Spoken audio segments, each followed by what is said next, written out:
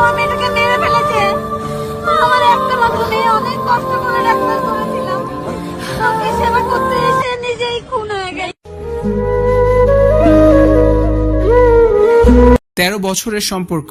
এই বছরের নভেম্বরে ডাক্তার প্রেমিকের সঙ্গে বিয়ের পিঁড়িতে বসার কথা ছিল ডাক্তার মৌমিতা দেবনাথের।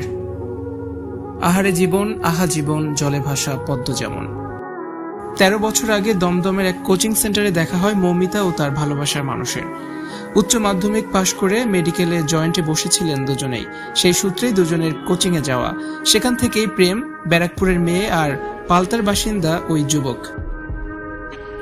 যে রাতে এই লোমহর্ষ ঘটনার শিকার হন মৌমিতা দেবনাথ, ওই রাতেই নাইট ডিউটিতে ছিলেন তার প্রেমিকও।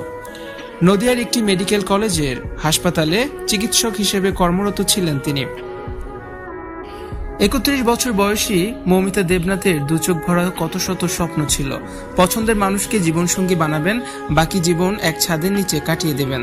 13 বছর ধরেই প্রেমের সম্পর্ক তাদের। আরেকটু গুছিয়ে নেই করতে করতে সময় পেরিয়ে যাচ্ছিল। মৌমিতারও বিয়ের বয়স পেরিয়ে গিয়েছিল। মৌমিতা ও তার প্রেমিক দুজনেই সব গুছিয়ে নিয়েছিলেন অবশেষে। সামনের নভেম্বরে বিয়ের পিঁড়িতে বসবেন তারা। দুই পরিবার থেকেও কথাবার্তা চলছিল। মৌমিতার প্রেমিকও ডাক্তার। যে রাতে মৌমিতার সাথে বীভৎস এই ঘটনা ঘটে, সেই রাতে 11:30টায় শেষবার মৌমিতার সাথে কথা বলেছিলেন তিনি। মৌমিতা শেষবার তাকে বলেছিলেন 36 ঘন্টার অনকল ডিউটিতে তিনি বেশ ক্লান্ত হয়ে পড়েছেন, কিছুক্ষণের জন্য তিনি বিশ্রাম নেবেন।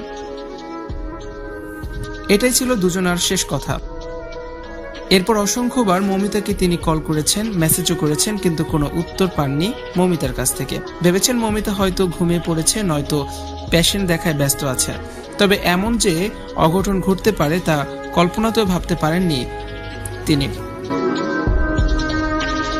মৌমিতার মৃত্যুতে পুরোপুরি ভেঙে পড়েছেন তার বাবা, মা ও তার ভালোবাসার মানুষ।